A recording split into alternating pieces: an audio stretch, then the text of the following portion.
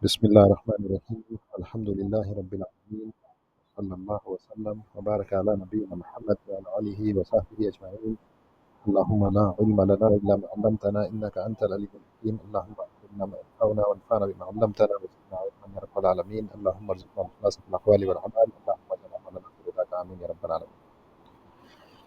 Alhamdulillah, this is our second class in the explanation of كتاب الصيام from مختصر صحيح Muslim of Imam al-Manzuri rahimahullah.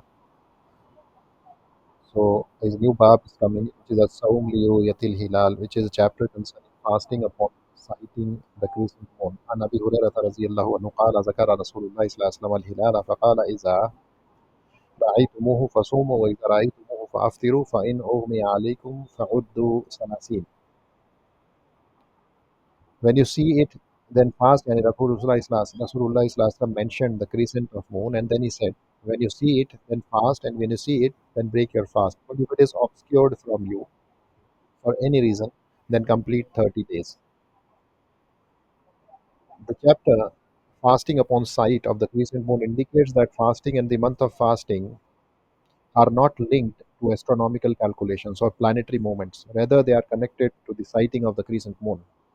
The sighting of the crescent moon means its visibility uh, after being obscured at the end of the previous month. Yani if crescent is seen after its concealment at the end of the month, this signifies the beginning of a new month. Fasting is based on sighting the crescent, and breaking the fast Eid is also based on sighting the crescent. This highlights the ease and simplicity of the Sharia, the Islamic rules and laws, and the prescribed times for acts of worship are linked to clear and apparent signs. This is the fadl and the mercy of Allah and ease and simplicity that Islamic Sharia offers us. When dawn appears, the time for Fajr prayer begins. When the sun passes the zenith, the time for Zuhr prayer begins. When the sun sets, the time for Maghrib prayer begins. When the crescent moon is seen, the new month has begun. When the crescent moon, uh, the next crescent moon appears, then this month ends and the next month starts. Thus, the ruling of Sharia are based on clear and evident signs that are accessible to uh, everyone, rather than precise astronomical calculations understood by only a few, which sometimes are not even accurate. So the hadith states that when you see it, the crescent, then fast, and when you see it, then break your fast, which means end the month of Ramadan. But if it is obscured from you for some reason, then complete 30 days. This means that fasting is based on the sighting of the crescent. If the crescent is visible, it signifies that the month of fasting has begun. However, if it is obscured by clouds or any other hindrance, then the Prophet ﷺ said, "Fa'uddu Salasin, complete 30 days. Count this month, yani Shaban, as 30 days, or any month else." This implies that if the sighting is not possible, the completion of the previous month should be counted as 30 days. In another narration, Prophet Muhammad ﷺ, he said, it is in Sahih Bukhari, faqduru lahu, then estimate it accordingly. The phrase estimate it accordingly means the same, that complete 30 days as it has been explained explicitly in another narration in Sahih Muslim, that faqduru lahu salasina, estimate it as 30 days. Thus fasting is based on the sighting of the moon if it is visible, but if sighting is not possible, then the month is completed as 30 days. Now the chapter concerning shahr iswa ishrun, chapter concerning that the month could be 29 days. عن أم سلمة رضي الله عنه أن النبي صلى الله عليه وسلم حلف ألا يدخل على بعد أهله شهرا، فلما مضى 29 يوما غدا عليهم أو راح، فقيل له حلفت يا نبي الله صلى الله عليه وسلم أن لا تدخل علينا شهرا؟ قال إن الشهر يكون 29 يوما.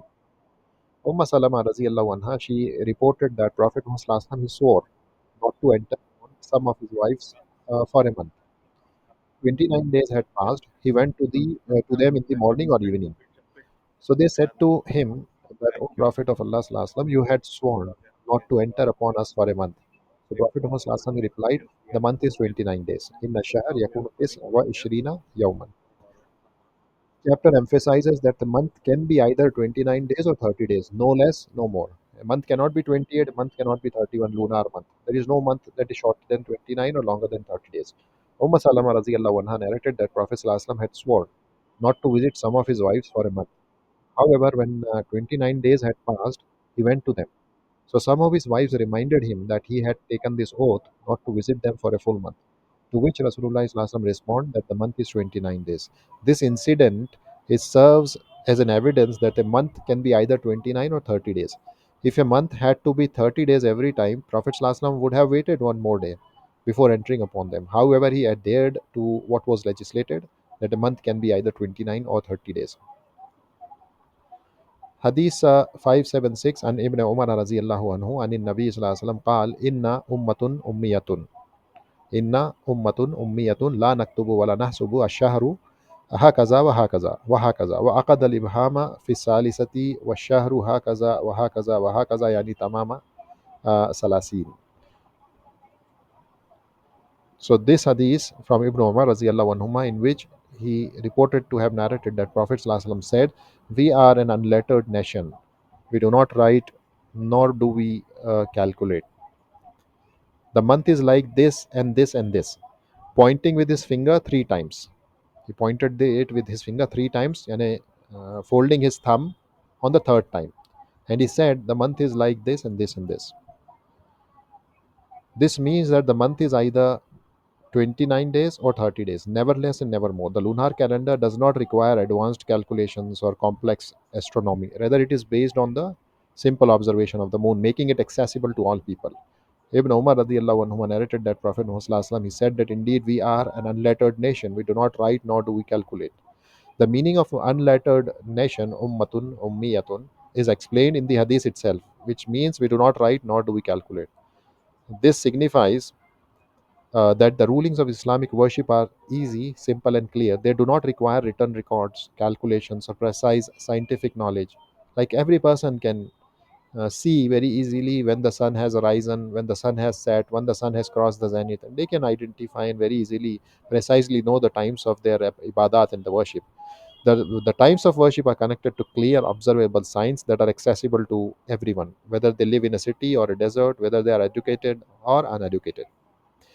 Allah says in the Quran, يَسْأَلُونَكَ عَنِ الْأَهِلَّةِ قُلْ هِيَ مَوَاقِيتُ لِلنَّاسِ وَالْحَجِّ. They ask you about the new moons. Say they are measurements of time for the people and for Hajj. This verse confirms that the timings of worship and pilgrimage is based on visible celestial signs rather than the complex calculations. The timing of Islamic rituals are linked to universally observable phenomena. As I said, everyone can see when the time of Fajr has ended, when the time of Duha has started, when is it the time for Salatul Zuhar, when is it the time to pray Salatul Maghrib, when is it the time when Salatul Isha time starts, and when does it end, when the month starts, when the month ends. This is something which every person, whether he is literate or illiterate, they can very easily understand. Thus, the Islamic calendar and worship schedule are based on visible and accessible signs, allowing every Muslim, whether literate or not, to determine prayer times and fasting schedules without the need for astronomical calculations. Prophet Muhammad further illustrated this when he said, "The month is like this, this, and this," gesturing three times with all 10 fingers, which means showing it as if it is 30, and then said, "And the month is like this, this, and this," gesturing three times but folding his thumb on the third count. This means that a month can either be 29 or 30 days, but never 28 or 31 days. If the crescent is not seen due to clouds or any other obstructions, then the month is completed as 30 days, as we saw in the previous hadith.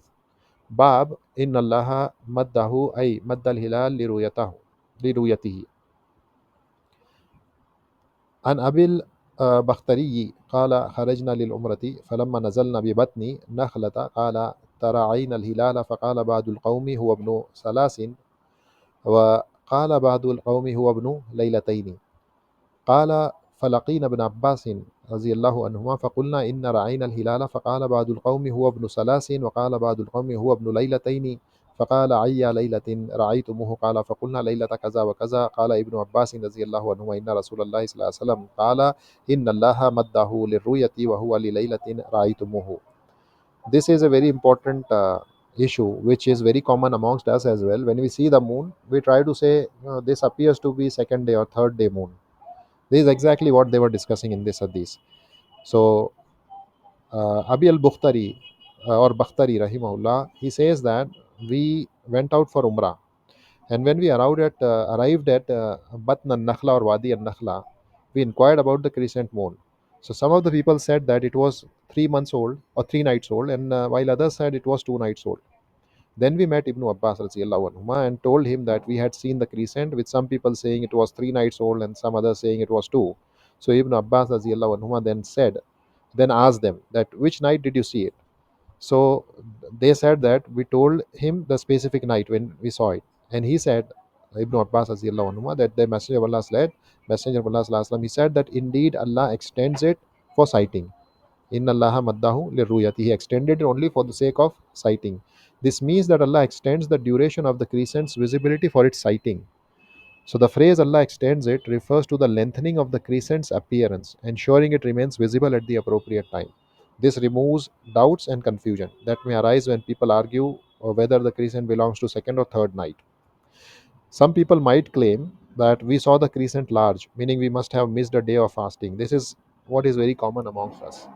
So this assumption is common, but Islam clarifies that the determining factor is not the size of the crescent, but its sighting itself. When did you see?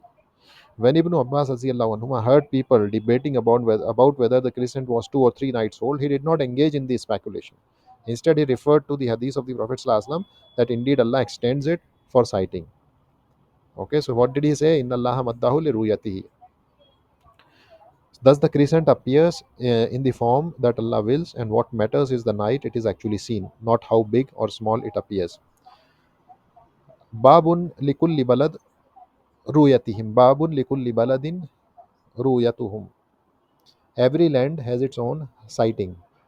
An Quraybin anna al Fadli bint al Harisi بعثته إلى معاوية رضي الله عنه بشأر عنهما بالشام قال فقدمت الشام فقضيت حاجتها واستهل علي رمضان وأنا بالشام فرأيت الهلال ليلة الجمعة ثم قدمت. Qurayb rahimahullah, he reports that uh, Fadl bint al Haris, she sent him, yani Qurayb rahimahullah, to Muawiyah radiyallahu anhu, who was in Sham. So he says that uh, I was in Sham, or yani, I arrived in Sham when Ramadan began, and I saw the crescent on the Friday night. Later, when I arrived in Medina at the end of the month, I asked, or Ibn Abbas aziyallahu anhuma asked me when I had seen the crescent. So I replied, we saw it on Friday night. Qurayb rahimahullah, what did he say? He said that I was in Sham when Ramadan began, and I saw the crescent on Friday night. Later, when I arrived in Medina at the end of the month, Ibn Abbas radiallahu anhuma asked me when I had seen the crescent. So I replied, we saw it on Friday night. So he asked, did you see it yourself? And I said, yes. And the people saw it too. So they fasted, and Muawiyah radiallahu anhu fasted as well. So Ibn Abbas radiallahu anhu then said, but we saw it on Saturday night. So we'll continue fasting until we complete 30 days or we see the crescent. So I asked, do you accept or do you not accept the sighting of Muawiyah radiallahu anhu and his fasting? And he replied, no. This is how the Messenger of Allah sallallahu alaihi wasallam commanded us. So this hadith demonstrates the moon sighting, it varies by region. The sighting in Sham was on Friday night, while the sighting in Medina was on Saturday night. Ibn Abbas radiallahu anhu clarified that each land follows its own sighting and does not necessarily depend on another region's sighting. This principle that each land follows its own sighting is based on the natural variation in moon sightings across different locations due to the Earth's curvature and the movement of the moon. So in this hadith, Qurayb rahimahullah, he narrated that al-Fadl bint al-Haris sent me to Muawiyah radiallahu anhuma in Sham, and I arrived in Sham and completed her task, whatever task she has assigned her to complete. And Ramadan began while I was still in Sham, and I saw the crescent on Friday night. And then all of this discussion which we just saw. So there are key lessons in this hadith. Number one, moon sighting, it varies by region. Qurayb rahimahullah saw the crescent in Sham on Friday night, meaning their Ramadan started on Friday. However, in Medina, it started a day later on Saturday. So this confirms that moon sighting differs between regions due to geographical variations. So the matale of the moon, the hilal, they vary. Then Second principle is that each land will follow its own sighting. Ibn Abbas Aziyallahu anhuma stated that fasting should be based on the local sighting. Although Sham started fasting on Friday, the people of Medina began on Saturday and they would only end Ramadan when they saw the crescent locally or complete 30 days. This follows the hadith which we saw earlier. إِذَا رَأَيْتُمُوهُ فَصُومُوا وَإِذَا رَأَيْتُمُوهُ فَأَفْطِرُوا فَإِنْ غُمَّ عَلَيْكُمْ فَعُدُّوا salatin. The hadith which we saw earlier. Third thing or third benefit or key point is fasting and breaking the fast. It depends on one's location. If traveler moves from one country to another with a different moon sighting, he follows the ruling of the country he is in right now. So Qurayb Rahimahullah started fasting earlier in Sham, but when he reached Medina, he followed Medina's moon sighting, meaning he continued fasting according to the Medina's calendar. This ruling applies even today. If a person travels from a country where Ramadan started earlier to a country where it started later, they continue fasting with the people of the new location. If their total fasting days are less than 29, they must make up for the missed day or the missing day, because a lunar month cannot be less than 25 days or 29 days. Likewise, fourth thing is that a month is either 29 or 30 days. If a person's total fasting days become less than 29 due to travel, they must complete 29 days by fasting one day after Eid. This is because the Islamic month can only be 29 or 30 days, never 28 days. So this hadith emphasizes that moon sighting, it differs based on location. Each land follows its own sighting. A traveler follows the sighting of the country where they are at the time of Eid, and if their fasting days fall below 29 due to travel, they must make up for the missing day. Bab Shahra Eidin la yanqusani. The 2 months of Eid do not diminish. Hadith 579 an Abi Bakrata radiyallahu anhu an Nabi sallallahu alayhi wasallam قال شهر عيد لا ينقصان رمضان وذو الحجة. The 2 months of Eid do not diminish, and they are the Eid of Ramadan, which comes after Ramadan, and Dhul Hijj. The phrase the 2 months of Eid refers to Ramadan and Dhul Hijj, as both are associated with major Islamic celebrations. Ramadan is followed by Eid al-Fitr, and Dhul Hijj contains Eid al-Adha and the Hajj. Thus, the Prophet ﷺ referred to Ramadan as month of Eid because Eid al-Fitr immediately follows it. Now, what is the meaning of La Yanqusani? What does do not diminish La Yanqusani it mean? Scholars have explained this phrase in two primary meanings. The first meaning is that the reward does not diminish, even if the month is 29 days. If Ramadan or Dhul Hijj is 29 days instead of 30, some people might feel that they missed out on rewards of one fast less. They're fasting a fast less. However, the reward remains complete even if the month is shortened. Prophet ﷺ assured the believers that fasting 29 days of Ramadan carries the same reward as fasting 30 days. And likewise, the blessings of Dhul Hijj remain intact even if the month is shorter. So, the amount of worship is not the measure of reward, rather, it is based on sincerity and the acceptance by Allah. Now, second interpretation is both months will not be shortened in the same year. Layan Kusani means both the months of Ramadan and months of Zilhijj, they will not be shortened in the same year. Scholars interpret that do not diminish to mean that both these months will not be 29 days in the same year. If one is 29, the other would be 30, and likewise. This interpretation highlights a natural balance in the lunar calendar, ensuring that at least one of these second months will be full 30 days. So we stop here. We'll begin fi suhoor, fi som in chapter concerning the pre-dawn meal in fasting tomorrow, bismillah ta'ala. Subhanakallahumma wa bihamdika ashhadu an la ilaha illa anta astaghfiruka wa atubu ilaik. Assalamu alaikum.